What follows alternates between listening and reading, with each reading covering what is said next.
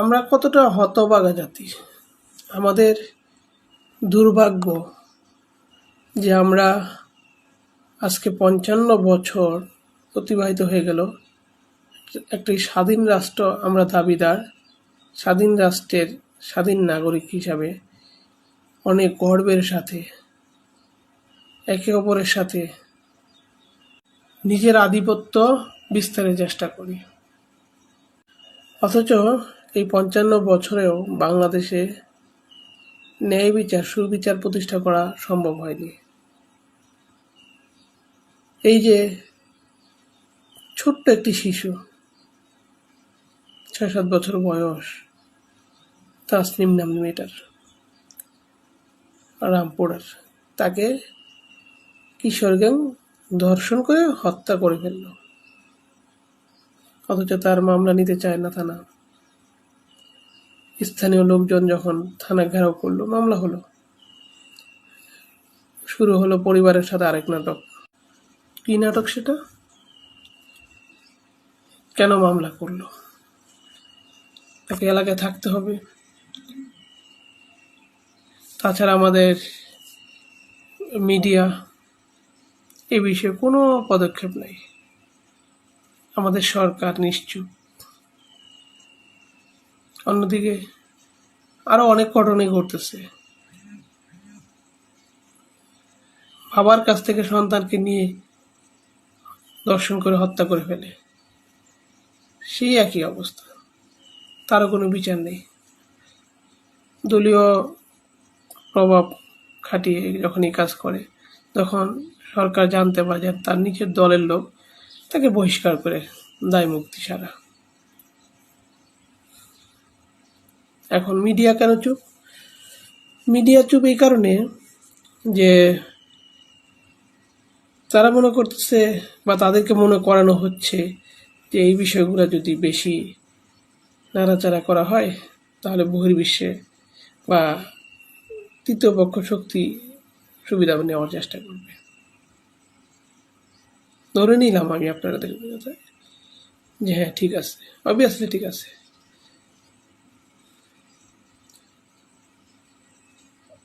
তাই বলে কি কোনো ভিকটিম, তার উপরে ঘটে যাওয়া এই নৃশংস অপরাধ, এই অপরাধের বিচার পাবে না? বিচার পাওয়ার অধিকার নেই? এই বাংলাদেশের নামটা আসলে কি জানো? কেউ কি বলতে পারেন বাংলাদেশ, এই যে আমরা জন্মগ্রহণ করছি যে দেশটা, এই দেশটার নাম কি? হ্যাঁ, আপনাদেরকে বলতেছি, প্রথম প্রশ্নটা করতেছি সমগ্র জাতির কাছে। আপনারা কি বলতে পারেন আমরা যে দেশে বসবাস করি, যে দেশে আমরা জন্মগ্রহণ করি, এই দেশের পুরো নামটা কি?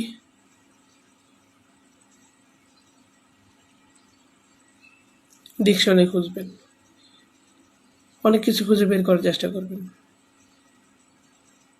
এবার আমি প্রধানমন্ত্রীর কাছে বলি, প্রিয় প্রধানমন্ত্রী, আপনাকেই জিজ্ঞেস করি, বলেন তো আমাদের দেশের নামটা কি? আপনি তো বলতে পারবেন। আপনি নির্দ্বিধায় বলে দিবেন গণপ্রজাতন্ত্রী বাংলাদেশ সরকার, এবং সেই সরকারের প্রধানমন্ত্রী আপনি। এই যে গণপ্রজাতন্ত্র, এই ছোট্ট শব্দটার যে একটা বিশালতা আছে, যে বিশালতার জন্যই 1971 সালে যুদ্ধটা হয়েছে। কিছু ব্যক্তি এই বিষয়টা বুঝে যে আমরা একটি স্বস্বাধীন রাষ্ট্র গঠন করতে চাই, যেখানে আমাদের প্রতিটি প্রজার, প্রতিটি মানুষের অধিকার সংরক্ষণ হবে, জানমালের নিরাপত্তা হবে, শান্তি সমৃদ্ধি পাবে, মা বোনের ইজ্জতের হেফাজত হবে, ঠিক না? কিন্তু স্বাধীনতা পরবর্তী বাংলাদেশ আর আগের বাংলাদেশ রাত আর দিন তফাৎ হয়ে গেল। বরং আগে যতটুকু নিরাপত্তা ছিল, গত 55 বছর সেই নিরাপত্তাটা আর তৈরি করতে পারেননি। আগেরটাই পারেননি, কেউ পারেনি বললে ভুল হবে, কেউ চেষ্টা করেনি, বরং সবাই নিজের আখের করছে, সবাই নিজের দিকে চিন্তা, নিজের নিজের নিজের জন্য যা করা যায় তাই করছে।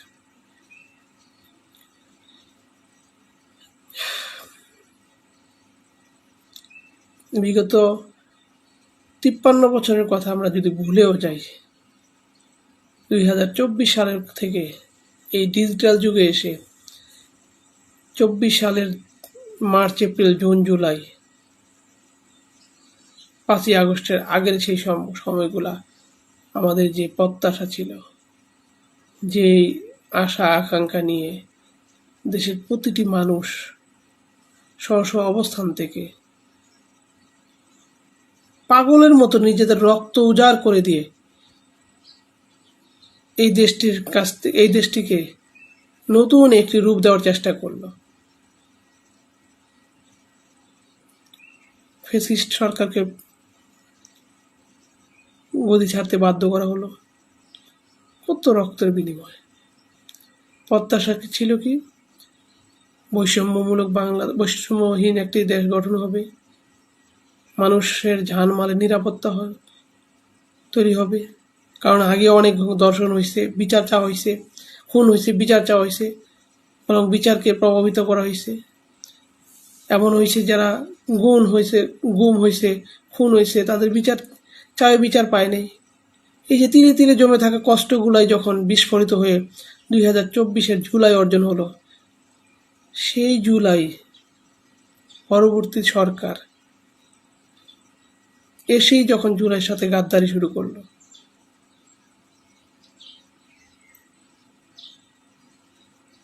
অপদার্থ বিশ্ব মোড়লের শয়তানির কারখানা ডক্টর ইউনূস প্রথমেই বিচার ব্যবস্থাকে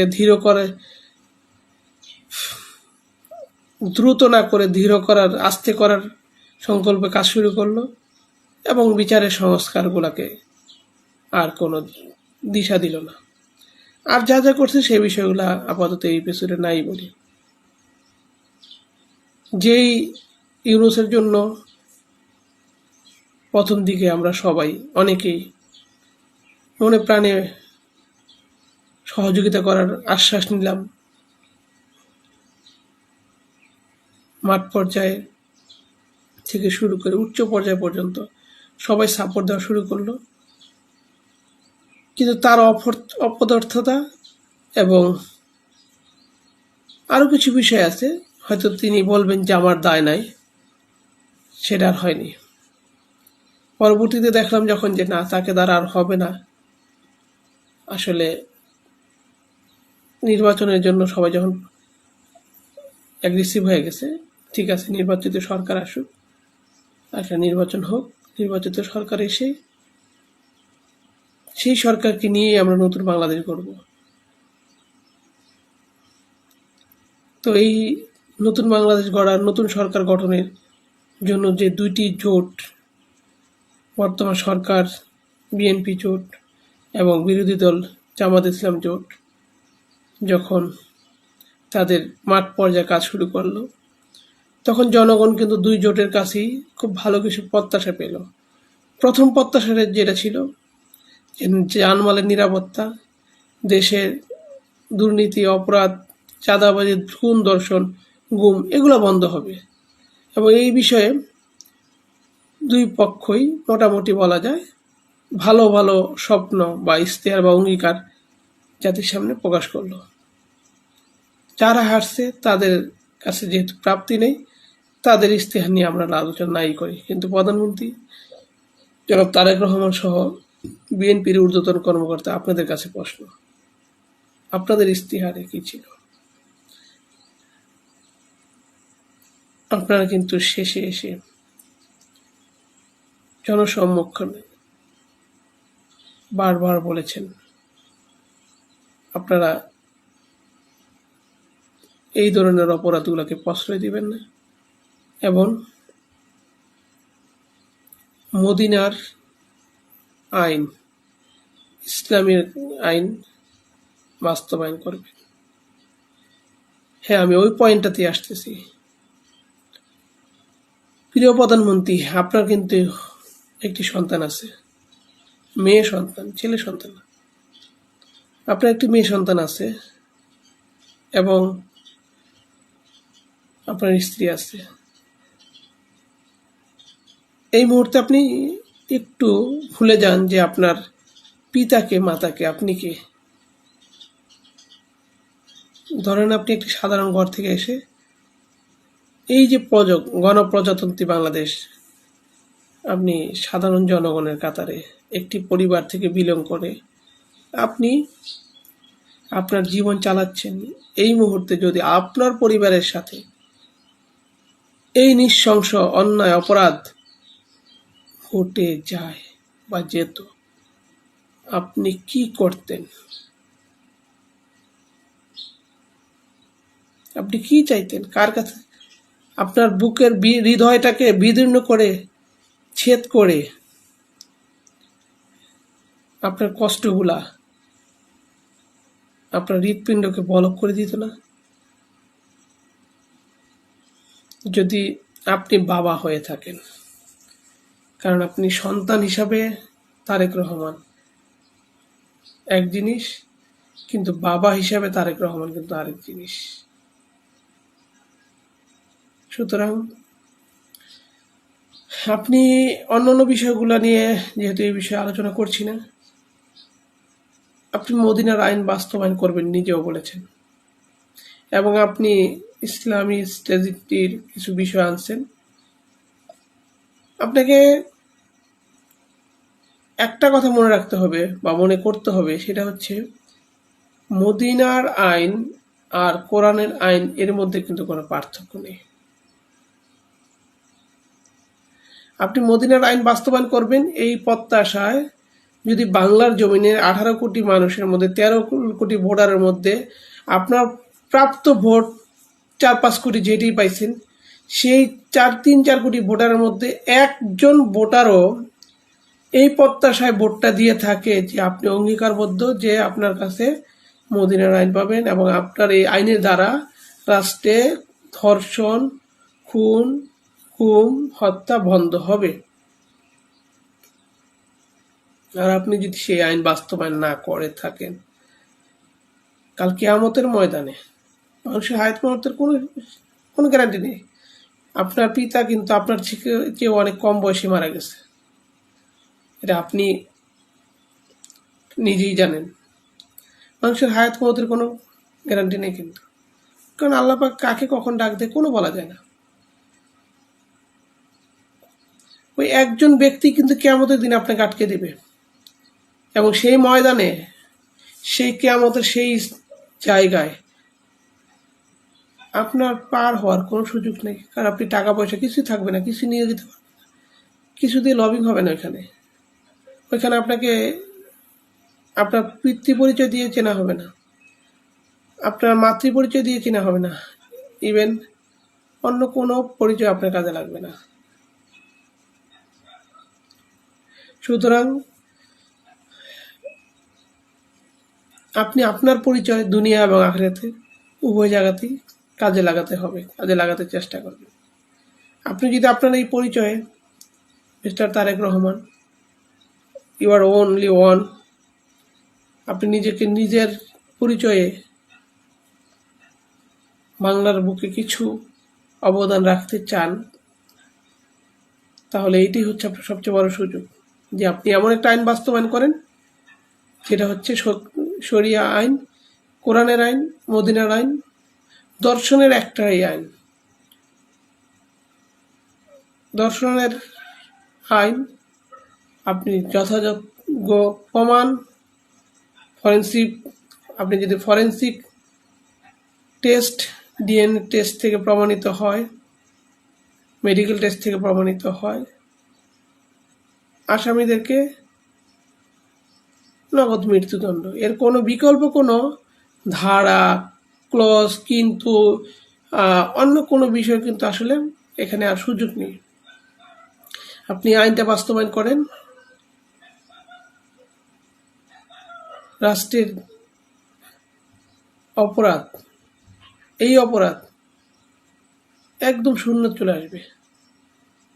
একটা দুইটা অপরাধ আপনি যখন বাস্তবায়ন করে ফেলবেন, একটা দুইটা করার পর দেখুন এই অপরাধ শেষ। আপনি কয়েকটা আইন, শুধু এই যে আইনটা, মৃত্যুর আইনটা, হত্যার আইনগুলা আপনি করেন। আর যদি আপনি না করেন,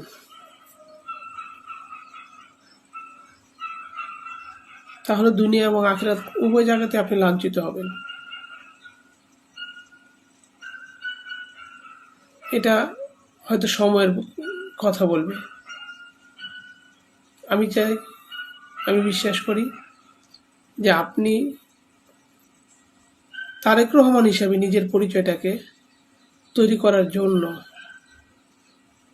এই আইনটা বাস্তবায়ন করবেন। এবং পাশাপাশি আমার প্রিয় যারা আমাকে ফলো করতেছেন এবং আমার সাথে সবসময় একটু সময় দেন, আপনাদের কাছে বিনীত অনুরোধ করছি, আপনারা স্ব অবস্থান থেকে দর্শনের সর্বোচ্চ শাস্তি, আসলে দর্শনে কোনো সর্বোচ্চ শাস্তি হয় না, দর্শনের একটাই শাস্তি, মৃত্যুদণ্ড, আইন প্রণয়ন এবং আইন বাস্তবায়নের জন্য স্ব অবস্থান থেকে কঠোর এবং মুখ্য ভূমিকা পালন করুন। এই বাংলাদেশ, জুলাই পরবর্তী বাংলাদেশের আর যেন আমরা 55 বছরের সেই পুরনো বন্দোবস্ত, সেই পুরনো আহাজারির দিন আমাদের কার সামনে উপলব্ধি করতে না হয়, দেখতে না হয়, সেই ব্যবস্থার জন্য এই চলতি রমজান থেকে এই বছরের নির্বাচন পরবর্তীতেই রমজান, অথচ এই সময়টাতে এসেও যারা অপরাধে লিপ্ত থাকে তাদেরকে আপনি ভেজা কথায়, মিষ্টি কথায় তাদেরকে কোনোভাবেই থামাতে পারবেন না।